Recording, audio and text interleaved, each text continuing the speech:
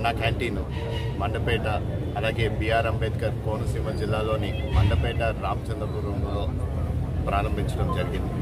మీ అందరికీ తెలుసు, ఆనాడు ఎన్డీఏ ప్రభుత్వం మేము తీసుకున్న ఎన్నికల మేనిఫెస్టోలోని ఖచ్చితంగా మేము ఏవన్నీ మేము ప్రకటించామో అన్నిటికీ కట్టుబడి ఉన్నామని ఇది ఒక సందేహం మీ అందరికీ తెలియజేస్తాను. ఎందుకంటే ఆనాడు మేము తెలియజేస్తాం, ఖచ్చితంగా అధికారంలోకి వచ్చిన వెంటనే అన్నా క్యాంటీన్లు అలాగే పెన్షన్ కూడా పెంచి ఇస్తామని కూడా మేము ఆ రోజున ఇచ్చిన హామీలు ఈ గత అధికారంకి వచ్చిన 3 నెలల్లోనే పూర్తి చేసి చూపించాం.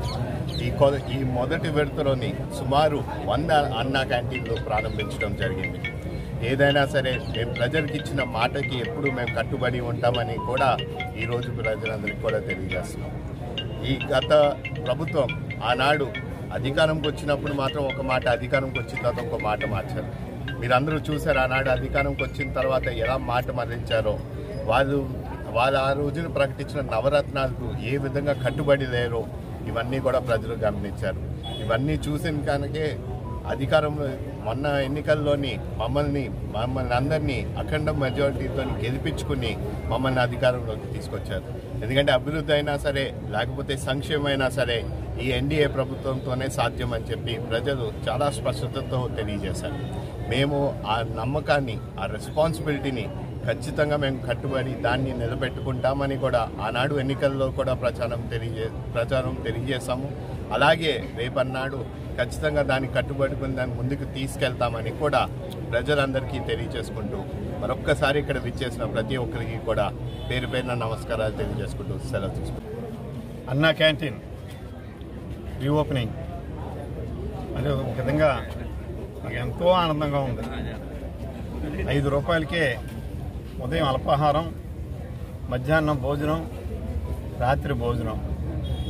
ఇంత మంచి కార్యక్రమాన్ని ఆనాడు శ్రీ నారా చంద్రబాబు నాయుడు గారు స్టార్ట్ చేసి మరి సుమారు సంవత్సరంన్నర కంటిన్యూ చేసిన తర్వాత వచ్చినటువంటి వైఎస్ఆర్ ప్రభుత్వం దాన్ని రద్దు చేసిన విషయాన్ని ఒకసారి మనం అందరం జ్ఞాపకం చేసుకోవాలి. ఎంత దుర్మార్గం అంటే ఆవేళ 2019 జూలై 28వ తేదీన అసెంబ్లీలో, దేవాలయం అసెంబ్లీలో శ్రీ వెలగపూడి రామకృష్ణబాబు గారు విశాఖపట్నం ఎమ్మెల్యే గారు క్వశ్చన్ ఒకటి వేశారు.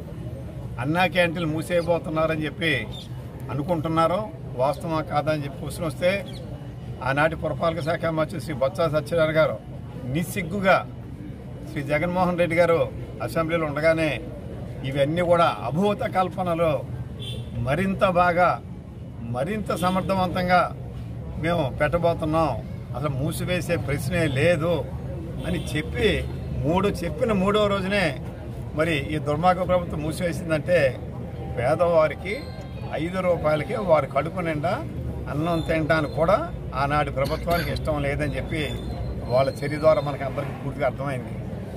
మరి ఏదేమైనా ఎన్నికల్లో ఇచ్చిన హామీలకు అనుగుణంగా శ్రీ నారా చంద్రబాబు నాయుడు గారు, శ్రీ పవన్ కళ్యాణ్ గారు, శ్రీ నారా లోకేష్ గారు మంచి నాయకత్వంతో వెంటనే ఈ కార్యక్రమాన్ని మళ్ళీ తిరిగి ఈ అన్నా క్యాంటీన్ మళ్ళీ తిరిగి ఓపెన్ చేయాలని చెప్పని ఆగస్టు 15 సందర్భంగా నిన్న గుడివాడలో శ్రీ నారా చంద్రబాబు స్టార్ట్ చేయడం, మరుసటి రోజు అంటే ఈ రోజు నుంచి మరి ఈ కార్యక్రమాన్ని శ్రీ హరీష్ మాధుర్ గారు, అదేవిధంగా శ్రీ లీలాకృష్ణ గారు, మరి నేను కలిసి వాళ్ళు ప్రారంభించడం అంటే నిజంగా ఒక రకంగా ఒక జన్మ చరితార్థమైనట్టుగా నేను భావిస్తూ ఉన్నాను.